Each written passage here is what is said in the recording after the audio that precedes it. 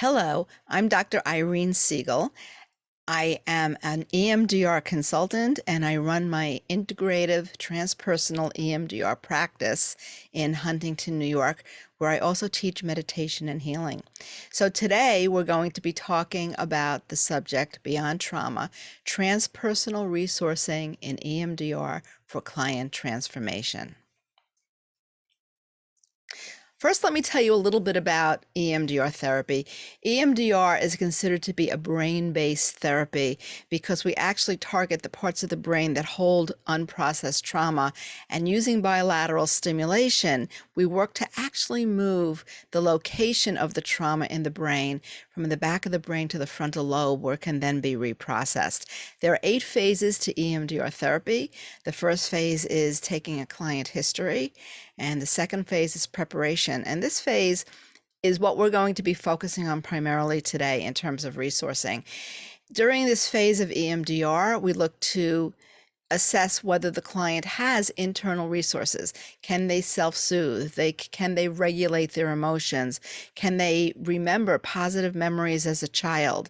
And it's a way to assess whether the client is dissociative or not. And it's in that preparation phase, before we actually get to reprocessing trauma, that we look to see if there's more work to be done there. And that work can be done using internal resourcing, ego integration techniques. And we're going to be talking a lot about that today. In the assessment phase, we then look to determine the target memory of the early trauma. And it's in that phase that we do an assessment in terms of how severe is the trauma. So EMDR is very measurable. We will ask a client on a scale of 0 to 10, how stressful is that trauma, the scene of the trauma, along with a negative cognition. So that's basically a negative belief. We also want to assess, do they have positive beliefs about themselves? And how strong, from 1 to 7, 7 is the strongest it could be, how strong is that positive belief? Then we're ready to move into desensitization. And this is where we start to really work with bilateral stimulation. So in the EMDR process, it's taught to be used with eye movement. EMDR stands for eye movement, desensitization, and reprocessing. But over the years, research has found that there are other effective ways to create bilateral stimulation. And my particular preference is to use music with headphones with the client that goes from ear to ear. So this way the client has the opportunity to close their eyes during processing if they choose. And when we talk about transpersonal resources, it's important for the client to be able to sink deep within themselves, to focus internally, and if they choose to, they can close their eyes. Then we move into the installation phase, which is about installing the positive beliefs. And in a transpersonal approach, we take it beyond just the normal positive belief, which might be something like, I am lovable, to seeing if we could find it in the body, even find it in the energy field if the client has that ability to relate on that level. Then we do a body scan, and we want to make sure that as the client uses the imagination to go from the top of the head to the toes, that there isn't body memory that still needs to be reprocessed. And one of the beauties of EMDR is that you can reprocess body memory even if the client doesn't have clear cognitive memory. Then there's always closure, which means that we bring the session to a close. We let the client talk about whatever they need to talk about in terms of what they felt about the session, and we help them recognize that they need to journal and that they will continue to process even during the week when we're not in session.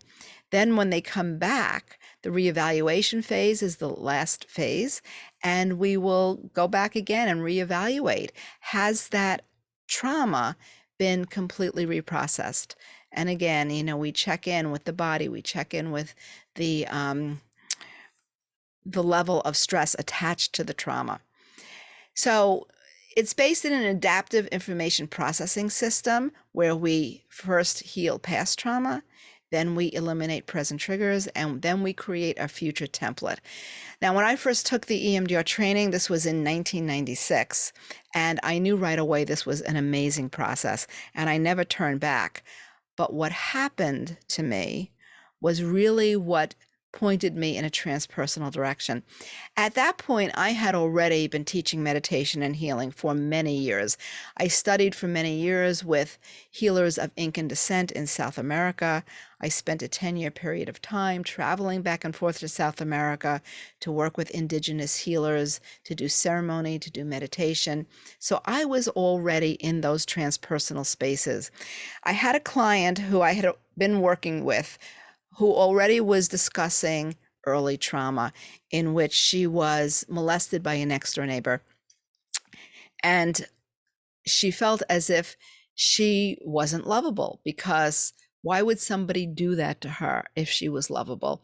And her parents didn't support her because she never told her parents. She felt that they would not have been interested anyway.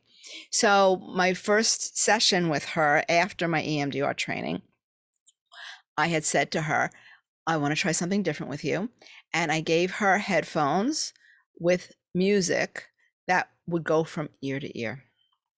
And we looked at the target memory of the actual moment where she was being molested with her negative belief, which was, I'm not lovable.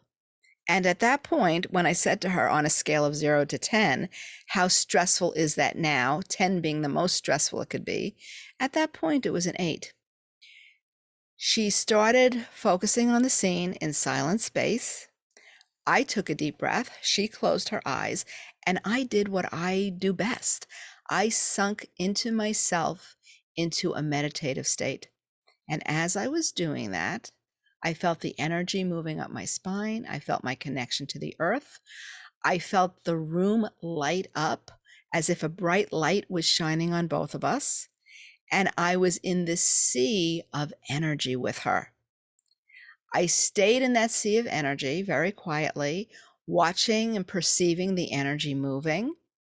And then it was almost as if this rough sea became calm. And I opened my eyes, and she was sitting there really quietly. And I was just about to say to her, tell me what's coming up, when all of a sudden her eyes opened wide and she looked at me and she said, oh my God, I just realized that God loves me. And if God loves me, I must be lovable. That was the beginning of my transpersonal EMDR therapy practice. And this has happened time after time after time over the years with my clients into the present, even doing remote EMDR therapy. So I believe that we're entering a new paradigm in psychotherapy. Transpersonal psychology, we know, is a full spectrum psychology. So in more Western traditions, psychology is looked at from severe dysfunction on a continuum of a range to normal behavior. And normal is, functioning in our normal world. But we know that in a transpersonal psychology field, we go beyond what's just considered normal. And we want to help the client reach their fullest potential. And this can include acknowledging spiritual experiences, mystical experiences, exceptional human experiences, and to put it in a context for the client where they can embrace that and evolve that way. So soul becomes the center of the healing paradigm as consciousness begins to awaken and clients reach their fullest potential. And this is not just about talking to the client about what's happening to them outside of the session. It's actually accessing a process where they're awakening within the session itself as the client and the therapist hold a field of energy that activates an awakening process. So the therapist, I believe, becomes the vibrational tool for healing through mindfulness, attunement, and resonance to the client within a field of coherent energy. And we're going to talk more about that.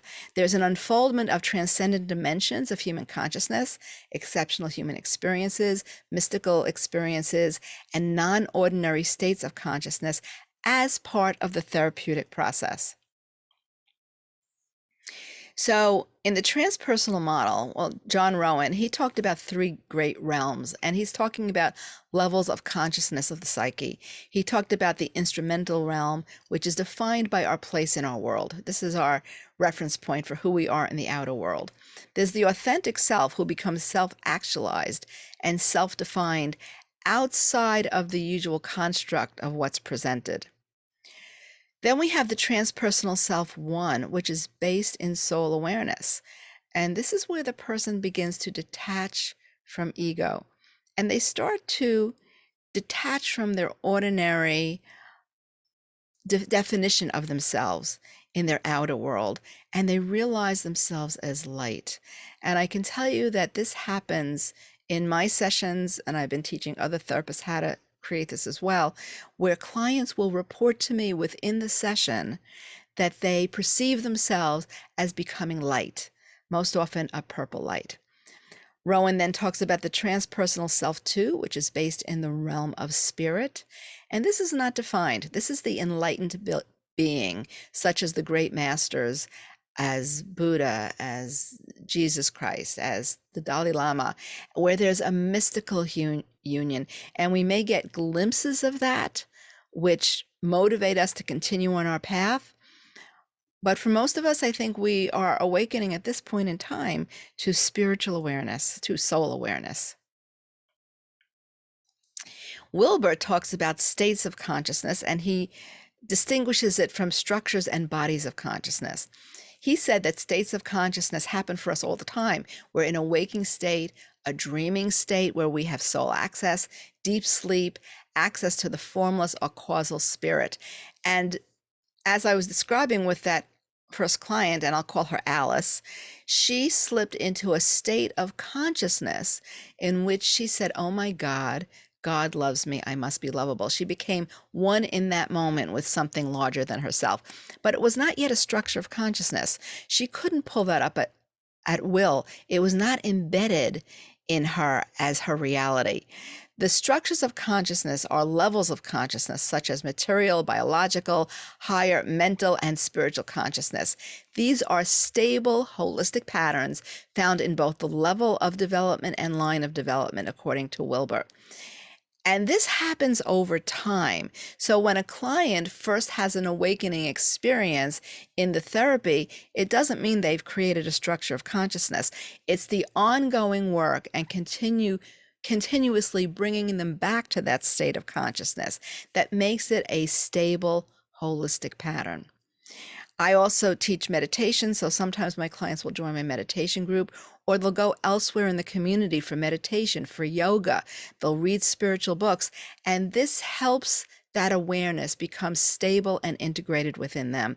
And then there are the bodies of consciousness, which we hear about in Eastern tradition and Native tradition. These are the energetic bodies that surround the physical body. These are the subtle bodies that we access in the dream state, the causal bodies. And these are bodies, each level holds a higher range of frequency and a higher level of awareness. So when we are doing conventional therapy, we are basically working in the physical body, the energy body, and then the mental body. And perhaps the client will touch on the light body. But in a transpersonal model, we can access that path with the client.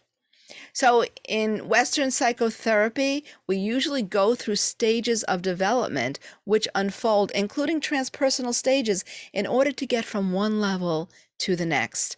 But in spiritual traditions, they don't believe that we need therapists. They say, well, we do meditation, we do ritual, and they shift consciousness within an altered state of meditation. And this transforms the way one perceives oneself and functions in the world. So this I call the top-down approach versus the bottom-up approach. And this model understands the need to maintain or restore the balance of the individual and the group to the larger order of nature.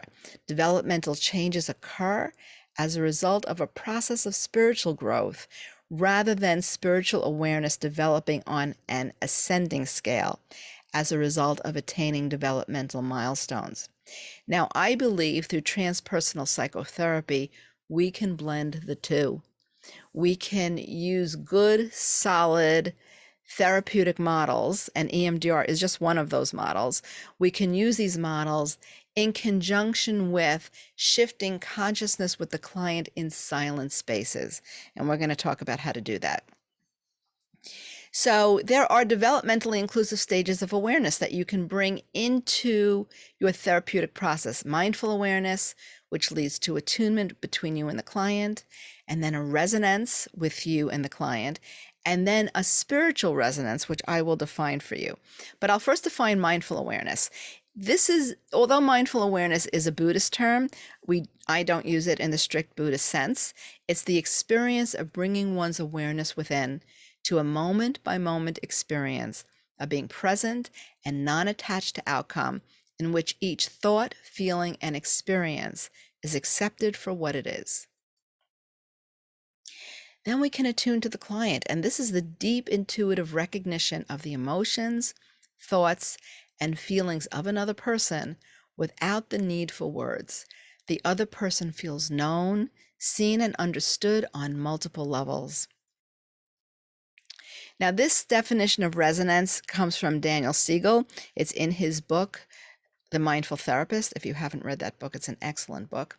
He says, resonance makes two a part of one system, at least temporarily. Attuning to ourselves within mindful states, we have the observing and experiencing self in resonance. Attuning to others, we open ourselves to the profound adventure of linking two as part of one interactive whole. This joining is an intimate communion of the essence of who we are as individuals, yet truly interconnected with one another. It's hard to put this into words, but resonance reveals the deep reality that we are part of a larger whole, that we need one another, and in some ways that we are created by the ongoing dance within, between, and among us. It's beautiful, beautiful statement. So this is not Daniel Siegel's diagram. I got this off the internet, but imagine the therapist is point A and the client is point B. And in a coherent field of energy, there are multiple frequencies that are resonating back and forth in that field. Everything from the tighter frequencies that have to do with the egoic mind and everyday reality to the larger ranges of frequency that take us into an expanded awareness of an interconnected whole. So in science, we hear the term resonance. Laszlo talks about the biofield that extends beyond the body and into the environment, transcending time and space, holding memory and influencing evolution. So the biofield resonance, there's a resonance with the biofield and with everything around it. And so this is a heart math diagram, but I thought it'd be a good example of the biofield, where from the heart, it emanates energy that's close to the physical body, and then energy that expands out into the field, into nature, into everything around us. There has been studies done in the field of neuroscience in terms of heart-brain coherence. Tiller wrote that the etheric and subtle energy fields of the human body are an antenna for electromagnetic energy, transmitting through the interaction between the endocrine and the chakra systems. Now, this is also present, that theory is present in current day energy healing programs. He believes that the heart is the strongest electromagnetic oscillator of the human body, and that there's a radiation of energy transmitted outward from the heart antenna. And he suspects that great spiritual leaders like the Buddha, like Jesus, they can affect many, many people at once because of the strong heart transmission. And I know people that had attended a talk by the Dalai Lama years ago in a large venue, and everybody walked out feeling different. McCready and Childrey, through HeartMath, have done many experiments on heart-brain coherence, and they say that when the heart and the brain are in coherence, then that coherence leads to greater integrations in all systems of the body. And they believe that the coherence starts in the heart and moves to the brain, and not the other way around. So they've created these diagrams which reflects heart rhythmic patterns. And if someone is incoherent in their emotions. So for example, Alice, I'm not lovable, I'm not lovable, I'm not lovable. It shows up as on that top diagram, excuse me, under frustration, it shows up as an incoherent pattern. But when there are emotions like appreciation, thankfulness, it's reflected of greater coherence and greater cortical facilitation. And so when someone processes old unresolved trauma, there is greater coherence in terms of how the brain is functioning, and it opens up possibilities for new emotional experiences. Daniel Siegel has written extensively about interpersonal neurobiology. And in his book, The Mindful Therapist, he talks about the concept of triception, which he calls a triangle of well-being. And it includes mind, brain, and relationship. And he was talking about it in terms of the relationship between therapist and client. And he says that triception is the way we perceive the flow of energy and information in the triangle of well-being. We perceive this flow as it moves through the nervous system, where the brain is the mechanism of flow, as it's monitored and modified, and mind is the regulator, and as it is communicated among people, where relationships are sharing. As this is a triangle of not just energy and information flow, but of well-being, triception is the way we perceive our states of integration and then move the system from chaos and or rigidity towards the harmony of integrated flow. This triangle is of an integrated brain, an empathic relationship, and a coherent, resilient mind. This is not Dan Siegel's diagram, but I found this on the internet, and I thought this would be a good example of two people who are in resonance and are in a field of coherent energy, where they are in an alignment. There's a flow within them and between the two of them. And this is what can happen between you and your client in a therapy session. In the field of spirituality, we talk about resonance, and this is how I am primarily using the word. In spiritual traditions such as Sufism, integral yoga, indigenous healings of Native American tradition, emissaries of light, and modern energy healing practices, they believe that all is vibrational and interconnected within an energy field. We are not separate from anything around us, including when we sit across the room with our client, including if we're doing a remote session, we're still connected. So it's through the practice of mindful awareness that this expanded experience can reveal itself. In the field of transpersonal psychology, there have been many experiments on non-local healing.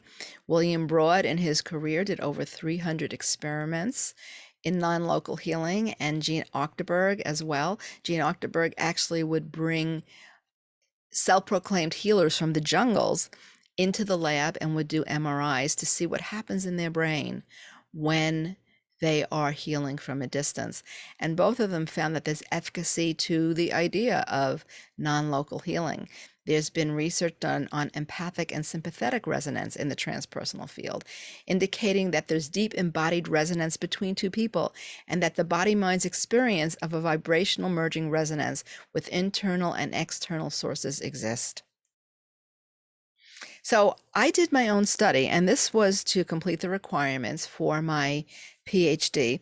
Now, when my clients actually started turning into light and having spiritual experiences in my office, I thought maybe I need more education. I wasn't sure how to understand this.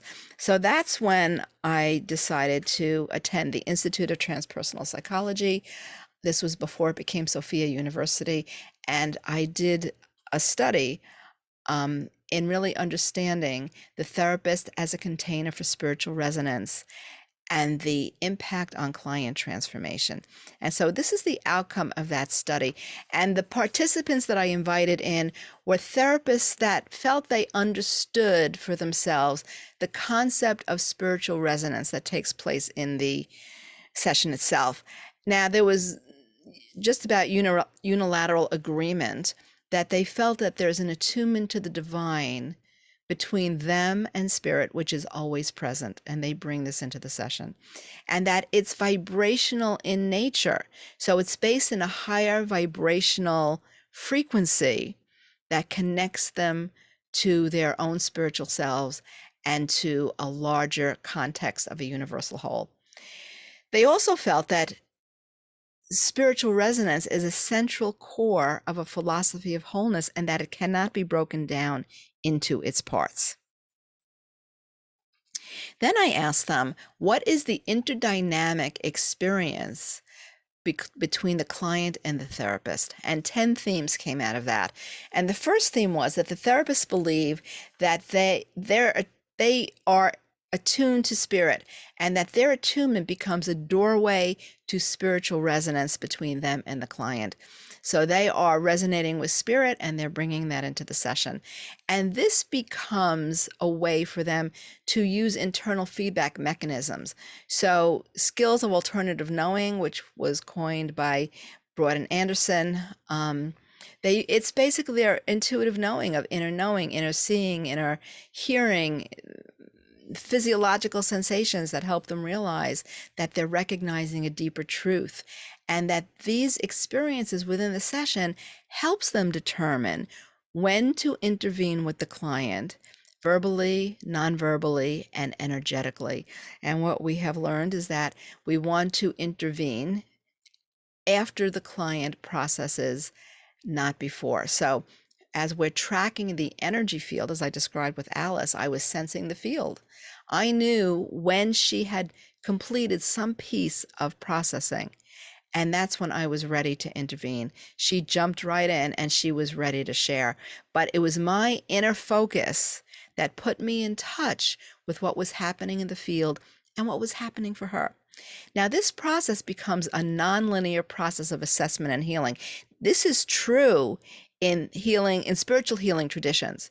So I learned by native teachers that when a teacher or a healer is scanning the energy field of their client, at the same time they're scanning it, they're also putting it into balance. It happens one and the same. It's a nonlinear process. And that starts to happen in the therapy itself. And there's an internal focus of attention, both for therapist and for client. So even if you're not doing EMDR, if you're using some other therapeutic modality, the use of quiet, silent space is really, really important. So therapist and client can focus internally. I asked the therapist if there's a transmission of energy. And half of them said, yes, my heart is open. I'm transmitting heart energy, unconditional love. And others, the other half of the group, which were primarily Buddhist therapists, said, I don't transmit. I just sink deeper into my own heart. They did all agree, however, that there becomes a mutual transmission between themselves, the client, spirit, and the earth. I asked the therapist, what happens for you internally as you are in that silent space with your client? And they talked about having feelings of joy and unconditional love and acceptance and a lightness and expansiveness tingling in their body. And all of this could happen at the same time. They also all said that in order for this to happen in the therapy session, they had to detach from ego. If they were caught up in trying to heal the client or make the client feel better, then they couldn't be in these sacred spaces with the client.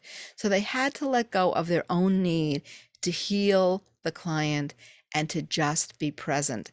And at the same time, they had to be non-attached to goals, expectations, and outcomes.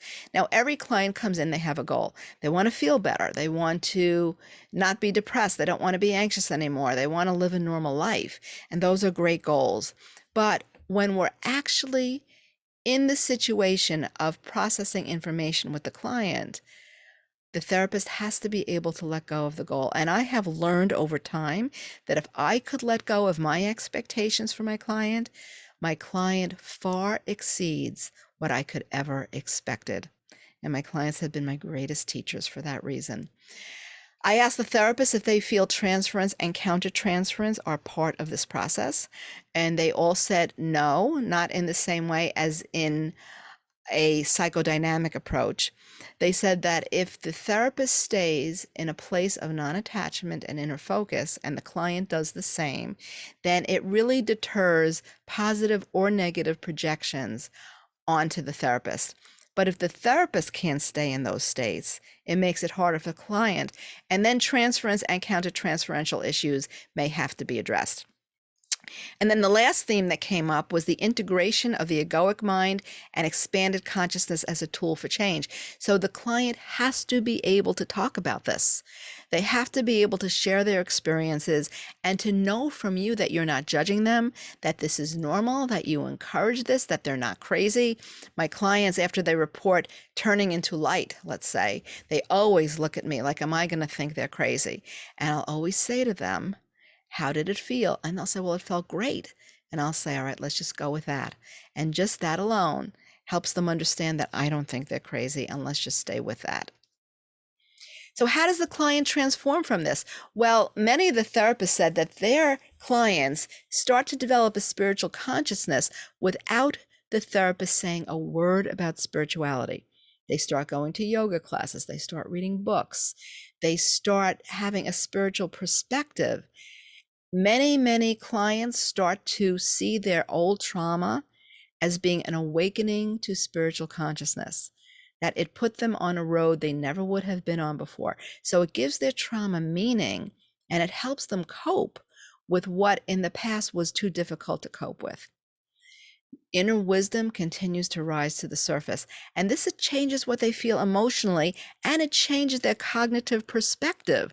So they see themselves differently, their emotions have eased, they can self-regulate, they can find that inner space and calm themselves down, and they realize that their inner wisdom is part of an unfolding of who they are on a spiritual and soul level. There are physical healings and transformation that can come out of this process. And many times for myself and the therapists that I interviewed, clients will come in with physical health issues. And by processing old trauma, it alleviates the health issues. I have clients that have come in with tumors, and we actually go into the tumor. We access the consciousness of the tumor within a coherent field of energy. It takes us to the original trauma related to the health issue, and health can start to come online.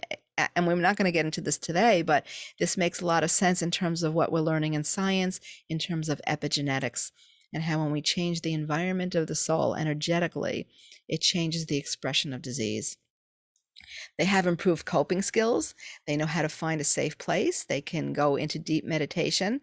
They can cope better with their external world because they realize the lessons that are being provided for them. And there are behavioral changes. So clients that would use drugs or alcohol to soothe themselves now are meditating and coping differently, dealing differently in their outer world. And there are vibrational changes. So the therapist I interviewed said that when a client walks in the room, they can see that their light is brighter. And they feel brighter as the client's light is brighter. They feel it in themselves as well. And clients report that people in their world notice something has changed just by looking at them. So of course there's nonverbal behavior that could be more physiological, but there's vibrational changes in the field that many may not understand. So let's assume that the diagram on the left is the client when the client walks into therapy and their field is really constricted. And then you help them reprocess old trauma within a coherent flow of energy. And hopefully they start to transform into that figure on the right.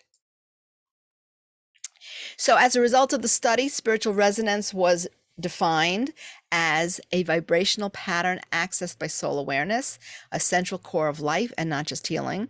It's a vibrational fabric from which healing and life emerge and is not component based. It's perceived as a gift to the receiver, and the potential for realization is present in all and realized through an experience of expanded awareness. It's nonlinear in nature, transcending time and space, and therapist and client become transmitters of this range of energy within the therapy session. Within the vibrational range of spiritual resonance, the client has the choice to resonate with that range of frequency, disidentifying with ego, changing perception, and transforming within the unified experience of cosmic whole. Ultimately, transmission of spiritual resonance is multidirectional between therapist, client, a divine cosmic source, and the earth. So, Francis Vaughan in 1993 said, consciousness is both the instrument and the object of change. The work aims not only at changing behavior and the contents of consciousness, but also at developing awareness of consciousness itself as the context of experience. Brilliant statement. And I think this is the new therapy, to work within that context. Wellwood talked about double vision, where in Native traditions, they talk about moving between the ordinary and the non-ordinary world. He talks about creating a balance of perception between the freedom of transcendent truth and the limitations of the immanent truth of the human domain. This is my own diagram. So if you look to the left, to the unaware person, and you look on the bottom, we go through our personality journey throughout our life, and we kind of circle it. It becomes a spiral. We can heal. People come into my office with very real personality issues based in trauma. We can heal the trauma. They can function more normally in their world, but it doesn't mean they're awakening spiritually, because the veil between the worlds are really thick. The awakened person, that you see the diagram on the right, starts to penetrate that veil, and the veil becomes thinner, and they start to incorporate a soul awareness. And once they start to take that journey into soul consciousness, it starts to integrate back into their personality experiences. And once you open that veil, you can't close it back down again. And so I do believe that therapy moving forward in the transpersonal model incorporates all of this into the therapeutic process. So what is transpersonal resourcing? Cognitive to cosmic interweaves. I'll just tell you, for those that maybe are unfamiliar with the term cognitive interweave, in the EMDR world, cognitive interweave would be something like, let's go back to Alice. She was a young girl. Her neighbor molested her, and she felt that she was not lovable. So if you can't get her off that point, if the divine force did not intervene, a cognitive interweave would be, do you know another little girl that age today? And she would say yes. Well, if somebody did something to hurt her, would that make her unlovable? And she would say, of course not. And then we would go with that using bilateral stimulation to integrate and process that awareness. And that would get her to move forward in her perception of herself. So a cognitive interweave is really working with cosmic forces and transpersonal aspects, bringing it into the treatment. So with Alice, holding a field of coherent energy and information flow was what I was talking about earlier. But we can bring in tools of meditation and mindfulness.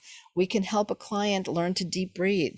If someone is really stressed, teach them how to get still and focused, and take them through a short meditation.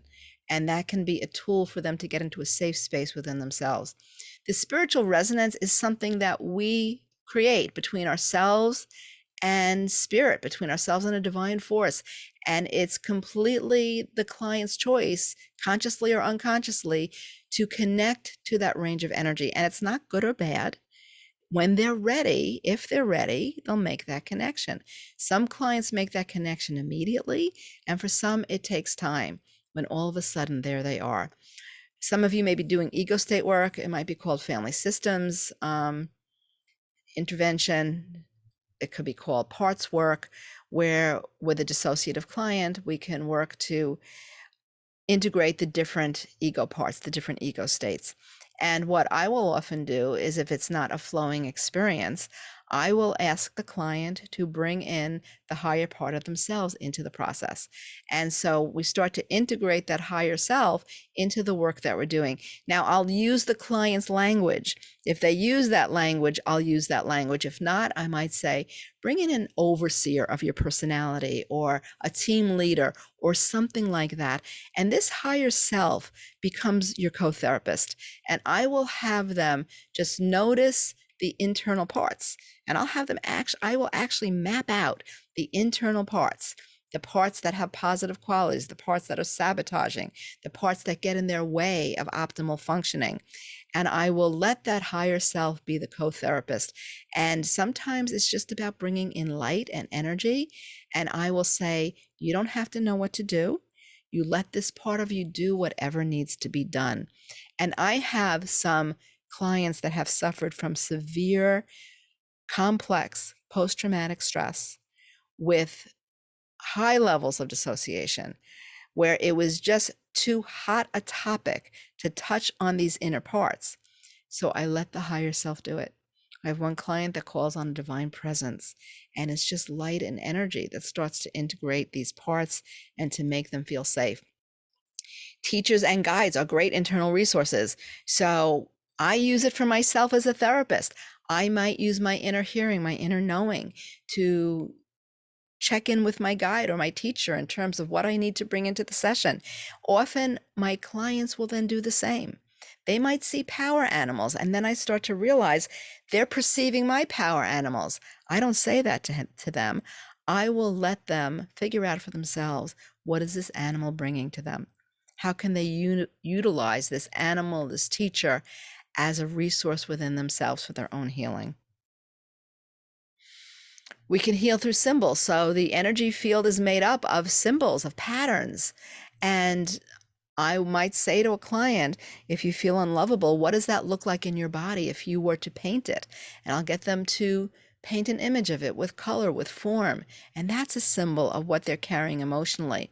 And we might bring in a healing light to penetrate that symbol. Or I might just have them focus on the symbol using bilateral stimulation, and the symbol itself begins to change. I believe what's happening is that they're shifting the pattern in the energy field itself. So we can work on boundaries, emotional and energetic boundaries, by envisioning the energy field. There's transpersonal mirroring, and I didn't realize until I actually started recording my sessions that I sit there with my client when their eyes are closed, my eyes are closed, I'm tracking internally, and my hands are open and their hands are open to receive. They never ask me why I do that. It's very interesting. They just mirror what I'm doing.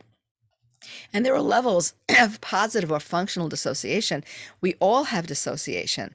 We're dissociated from our soul, which is important because we want to live in the everyday world. If we were fully integrated with our soul, we wouldn't be in physical form. So it has served a function for us to move through our life and to learn the lessons we're here to learn. But as we start to access that soul awareness, chaos within us starts to change to ego restructuring from a level of higher integration. And we start to feel more at ease and expanded within ourselves. This is Dan Siegel's Triangle of Well-Being, where he talks about brain, mind, and relationship, and that creates an integrated life. But then I actually created this triangle, which is the non-local mind. If we take a cosmic or divine force that we might call spirit, and we blend it with our heart energy related to higher mind, and we connect to the earth and to nature, we can access non-local mind. These are levels of consciousness, what some call morphogenic fields of resonance, that clients can step into. So my client Alice stepped into a non-local range of consciousness that helped her recognize, oh my God, God loves me. When you take this triangle and you overlay it with Dan Siegel's triangle, that's when a client can, in a more grounded way, go from I'm not lovable to I am lovable to I am love to I am light to I am. And that's soul awareness. And this happens over and over with my clients. So actually, Dan Siegel gave me permission to use his diagram in this way and to create this diagram. And this is in my book if you want more information about it. So the therapist needs to prepare for the session by, some therapists would meditate in the morning or do a quick meditation before a session. I particularly use some imagery. I imagine the energy coming up from the earth. I imagine energy coming down from my own soul, my own star, and I feel the energy running through me. You can do deep breathing and centering, even with the client there. The client sits in my office, take 3 deep cleansing breaths and do it with the client. And then you attune to what can be described as a greater interconnected cosmic whole. And when you do it, don't worry if the client's doing it. Hold that awareness throughout your session and notice what happens. So in a transpersonal protocol, all phases of EMDR protocol are reviewed from a transpersonal perspective. It allows for soul essence to emerge and installation as positive resources come through all stages of the EMDR process. Subjective units of disturbance, which is the scale from 0 to 10, how stressful is this for you? And validity of cognition, how true is the statement unlovable? 1 is not true, and 7 is as true as it can be. You continuously monitor. Is there more work to be done around the negative belief system? Is there more installation to be done around the positive belief system as the client's personality journey and the soul's journey entwine? So you're using a standard, I'm using a standard EMDR protocol. If you've been trained in EMDR, you stay with the standard protocol, but it becomes nonlinear, non-sequential. A flowing transpersonal process emerges as the client mirrors internal focus and states of consciousness. So in the transpersonal protocol, goals shift from healing symptoms to reaching full potential. Positive cognition expands with awareness. Transpersonal cognitive interweaves are used. Inner wisdom emerges to change the perception of their history. Functional dissociation and ego detachment becomes a road to healing trauma through higher integration.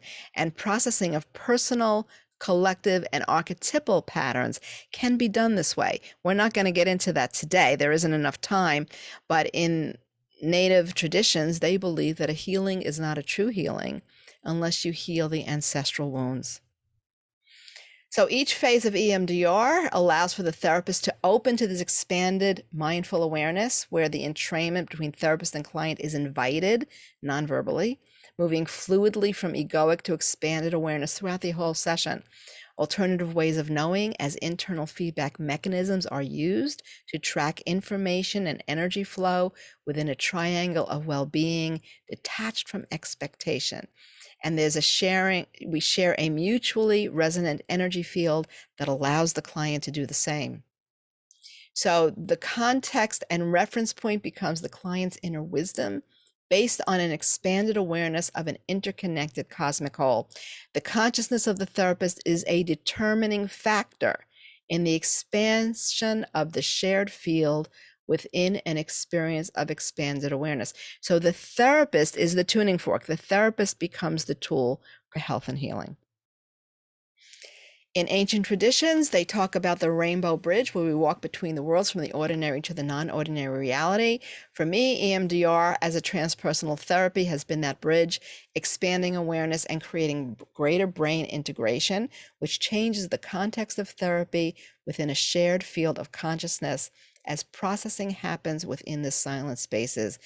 And the integration of a brain-based therapy with spiritual consciousness leads to a top-down integrated with a bottom-up approach to psychotherapy.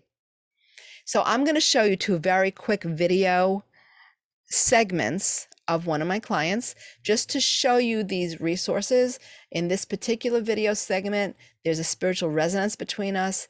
We use inner healing, healers, teachers, inner vision, listening to the soul, inner wisdom emerges. So just take a quick look at this video. Let's just go back to where we were. Let's just touch in on that. The scene where your relationship ends. I'm not enough.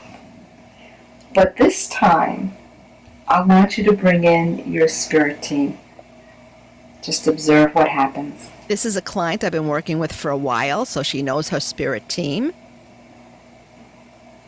She came in with a trauma of a car accident. A car plowed into her boyfriend's motorcycle. He died. She didn't. She lost the use of her arm. And she started healing trauma very quickly, connecting to her own spiritual inner wisdom very fast. Now she's in another relationship, and that's what she's talking about. The relationship just ended.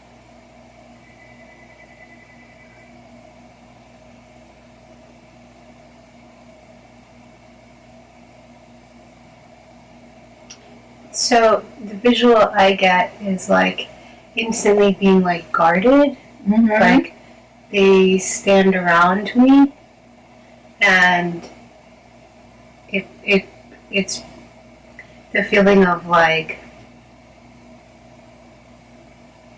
being protected, or Okay, so it's a protective thing as they stand around you. yeah, like it's not what I heard. It's like it's not you. You're not enough. It's not that you're not enough. Like Stay with it some more. Notice what happens.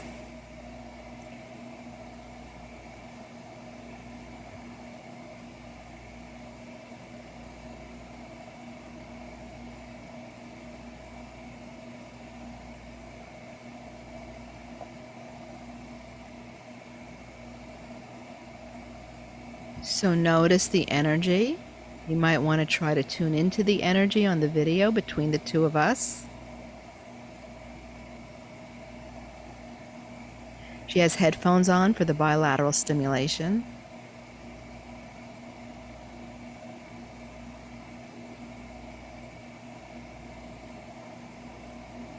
it's like a redirection.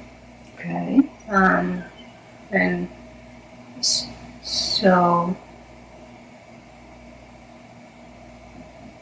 when it felt like I'm being redirected, like the group is around me, like just redirecting my life towards something else that it has nothing to do with not being enough.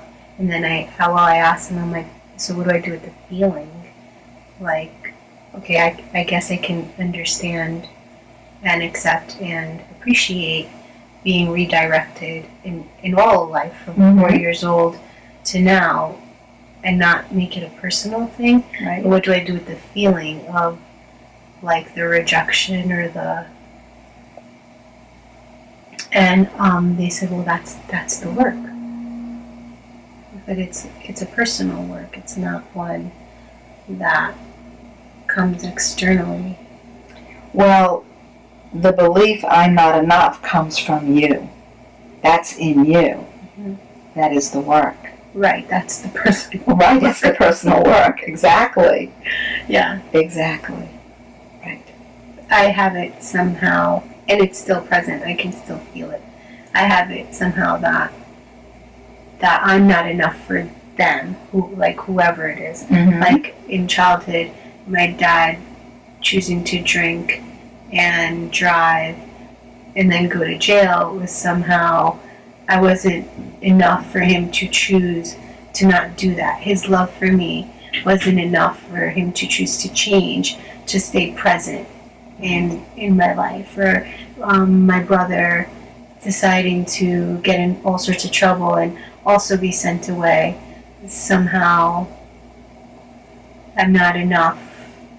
Like he didn't love me enough to just want to stay and play inside with me instead of going to the streets and getting in trouble. Like it, so that it sits with me somehow that it's who I am is not enough for them to make whatever change.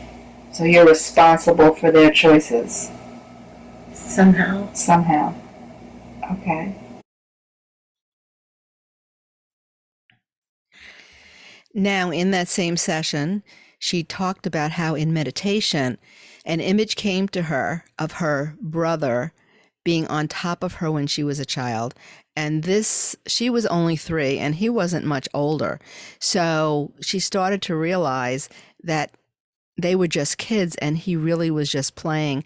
But somehow it shaped her feeling of not being enough, or feeling as if that there was something disgusting about her. And so in this next little clip, we work with the higher self, the earth energy, a healing light, and transpersonal installation. So let's just stay with it. I want you to just notice your connection to the earth. Notice your connection to the higher part of yourself. See if you could bring up that life force energy.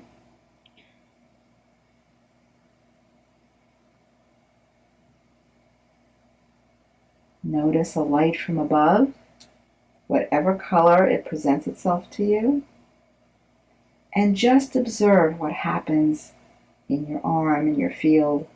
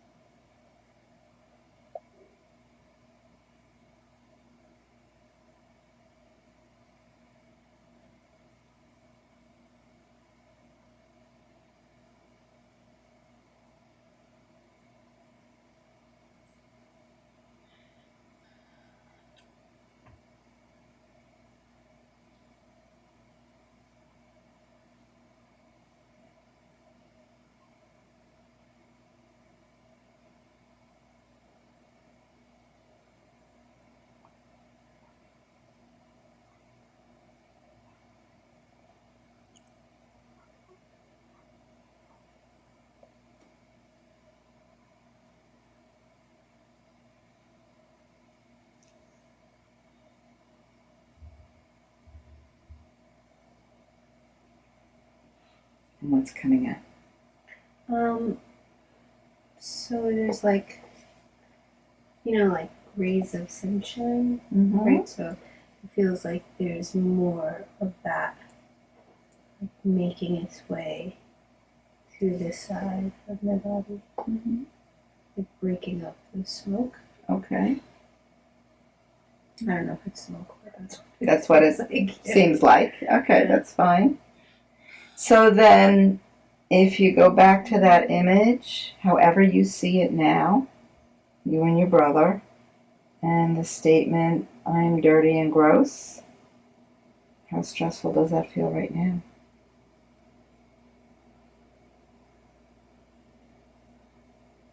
I want to say two, and there's a part of me that's like wanting to make it more dramatic, if that makes any sense.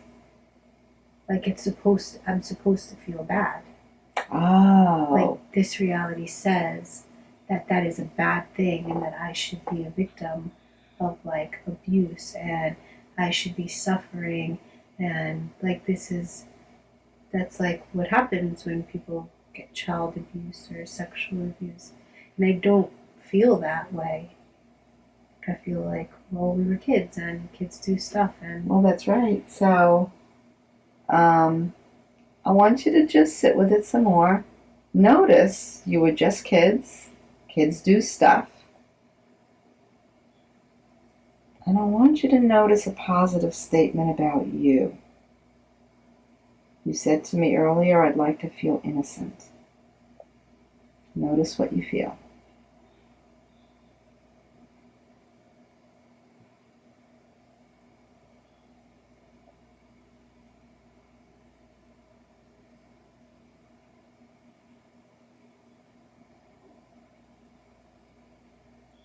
I do feel innocent. Okay. Just go with that.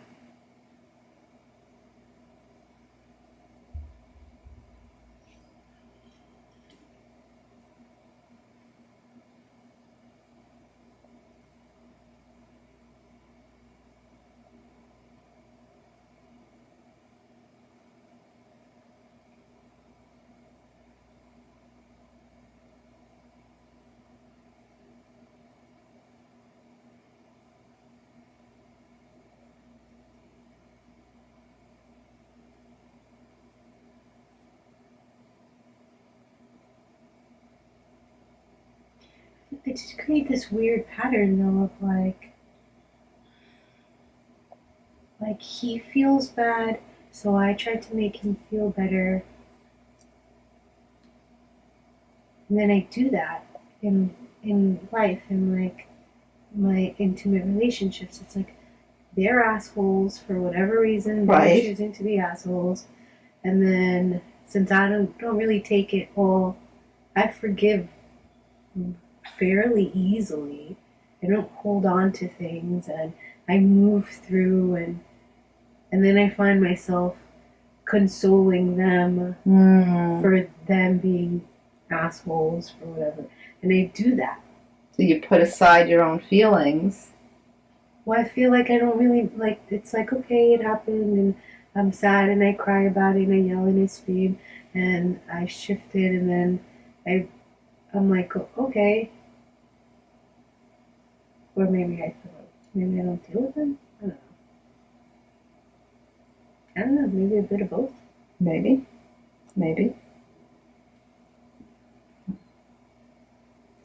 So in this particular image, what does it look like now when you look at that scene that came up in meditation? Well, now every time I close my eyes, I keep seeing like my little.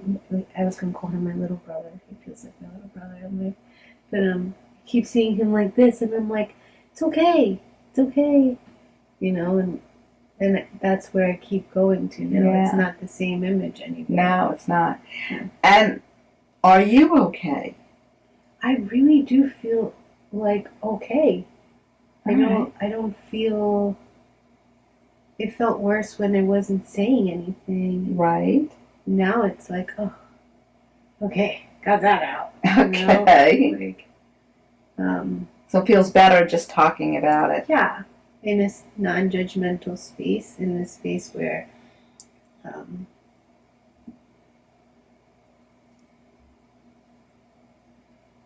no one's feeling sorry for me. Okay, so I hope that gives you a good idea of what I'm talking about in terms of transpersonal resourcing and working in that coherent field of energy. So before we start, I'd like to do a brief meditation to give you an experience of how you can begin to start to feel that if you don't know already. So I'm going to ask you to just sit quietly, take a deep breath.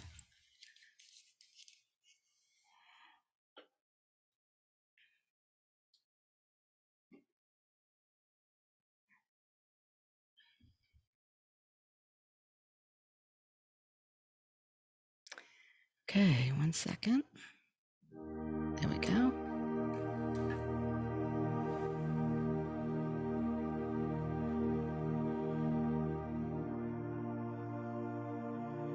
And just breathe.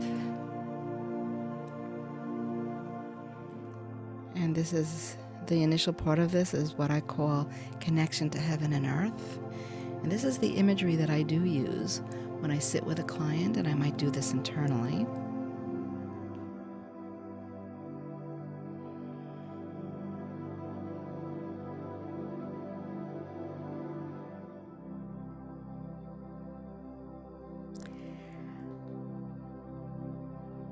So we call in the Great Spirit, divine light, whatever your own reference is, our own inner teachers and guides, Mother Earth and Father Sky.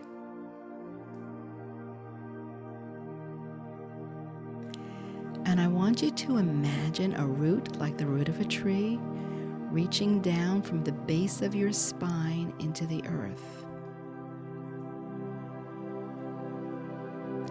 And along that root, bring up the earth energy as a silver beam of light up the root and into the spine, and up the spine and into your heart.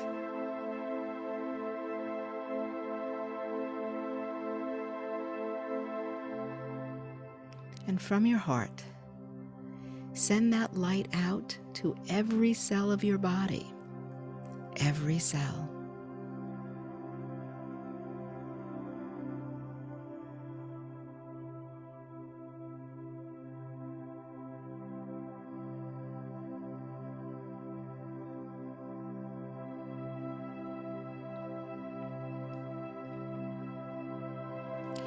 And up above, imagine a beautiful golden star, and this star is you, your own higher self, your own spiritual connection. And there's a beam of light coming down from that star, down in through the top of your head and into your heart. And from your heart, send that light out to every cell of your body, every cell.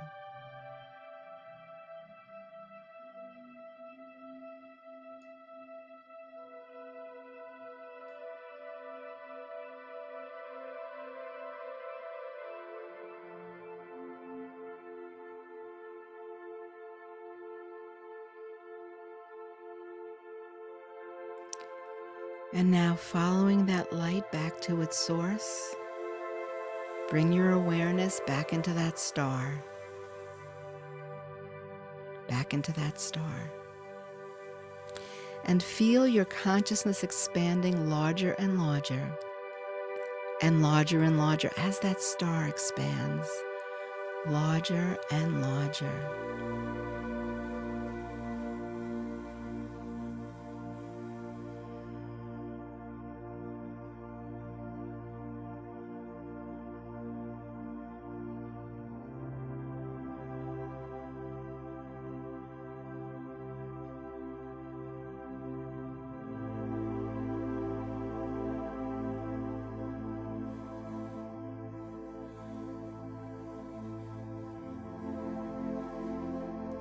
And notice the flow of that energy, the flow of that connection to spirit.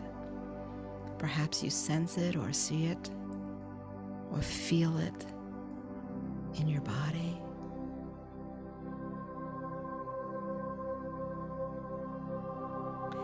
Notice your own inner senses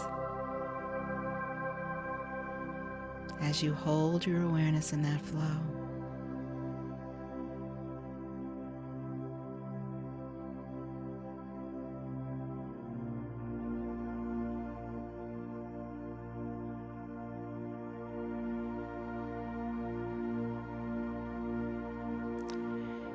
And this is a way to start to resonate with your own spiritual consciousness, to step into that experience of spiritual resonance.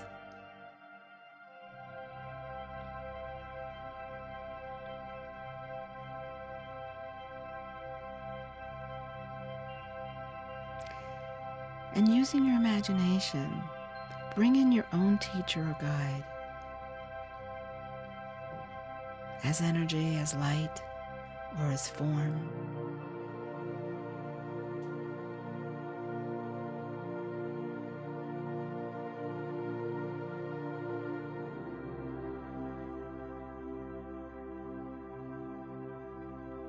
And notice how you can hold this energy together, resonating in this space.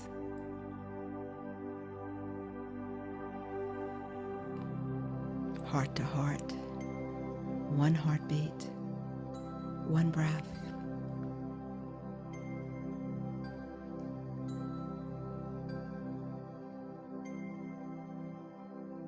Becoming one ray of light.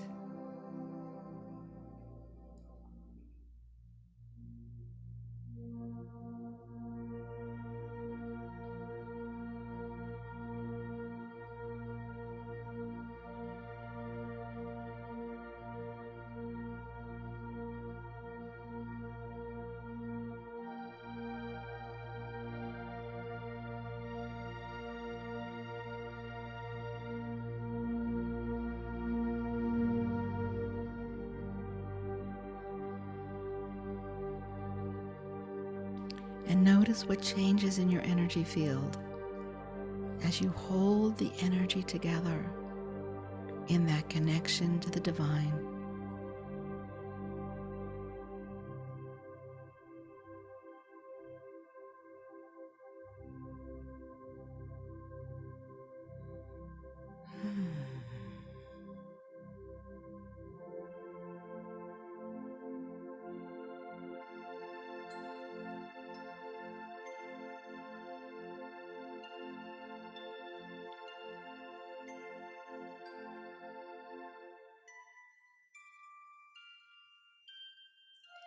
Now bring your awareness back to your own heartbeat and back to your own breath.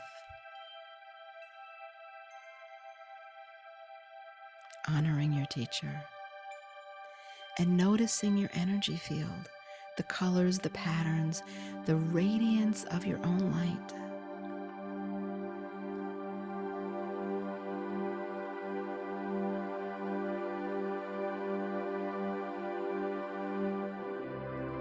And as that radiant light that you are, feel yourself gently beginning to come back, gently coming down through the stars, coming down.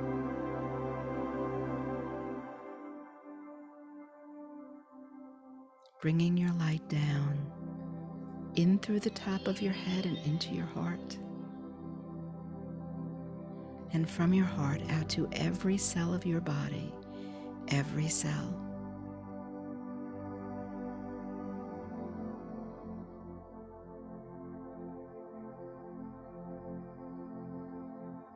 And extend your light down the base of your spine and into the earth, anchoring your light deep into the earth. Deep into the earth. And noticing your connection to all around you from the center of the earth, through your spine and out to your star.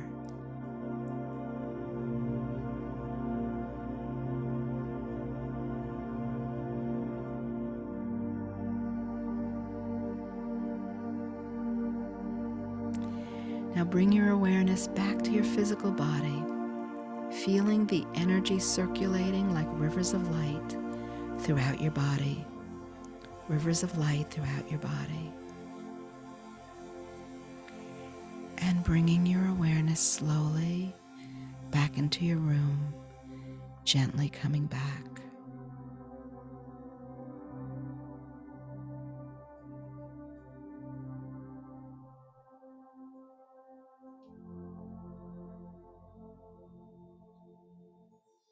And when you feel ready, you can open your eyes. Take a deep breath. And thank you so much for joining me today. Feel free, if you have any comments or questions, feel free to contact me. And thank you again.